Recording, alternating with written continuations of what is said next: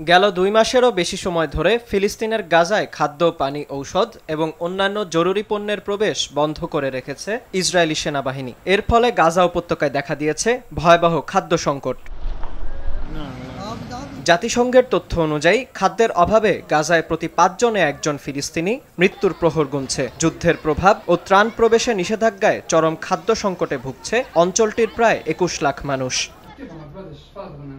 এমন সংকটময় পরিস্থিতিতে ফিলিস্তিনিদের কাছে খাবার পৌঁছে দিতে কাজ করছে বাংলাদেশি বিভিন্ন মানবিক সংস্থা। মিশরের আল আজহার বিশ্ববিদ্যালয়ের বাংলাদেশি শিক্ষার্থীদের মানবিক সংস্থা ইউথ ডেভেলপমেন্ট অর্গানাইজেশনের সহায়তায় শতাধিক ফিলিস্তিনি পরিবারকে খাদ্য সহায়তা দিয়েছে 2 বাংলাদেশি সংস্থা মাই ডেভেলপমেন্ট অর্গানাইজেশন এবং HMBD ফাউন্ডেশন।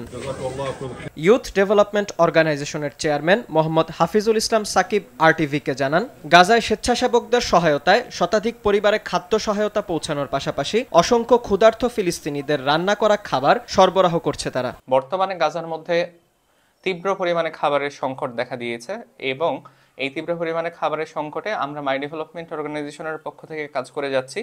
আমরা মাই ডেভেলপমেন্ট অর্গানাইজেশনের পক্ষ থেকে এবং বাংলাদেশি দাতব্য সংস্থা HMBD ফাউন্ডেশনের পক্ষ থেকে এই গাজার সংকটকালীন সময়ে আমরা সেখানে 101টি পরিবারের কাছে ভেজিটেবল, যেটা আমরা কি সবজি বলে থাকি, এই সবজি ডিস্ট্রিবিউশন করেছি। পাশাপাশি দেখা গেছে যে আমরা প্রতিনিয়ত খাদ্য ডিস্ট্রিবিউশন করে যাচ্ছি যেন তারা এই খাদ্যের মাধ্যমে তাদের দৈনন্দিন যে খাবারের চাহিদাগুলো আছে সেগুলো পূরণ করতে পারে। গাজা থেকে আগত মানুষজনগুলো এখানে আছে, তারা দুর্বিষহ জীবনযাপন করছে এবং তাদের এই দুর্বিষহ জীবনযাপন তারা যেন একটা ভালো লাইফ লিড করতে পারে, এই জন্য আমরা মিশরেও আমাদের নানাবিধ প্রজেক্ট চালু রেখেছি এবং তাদেরকে সাহায্য করে যাচ্ছি।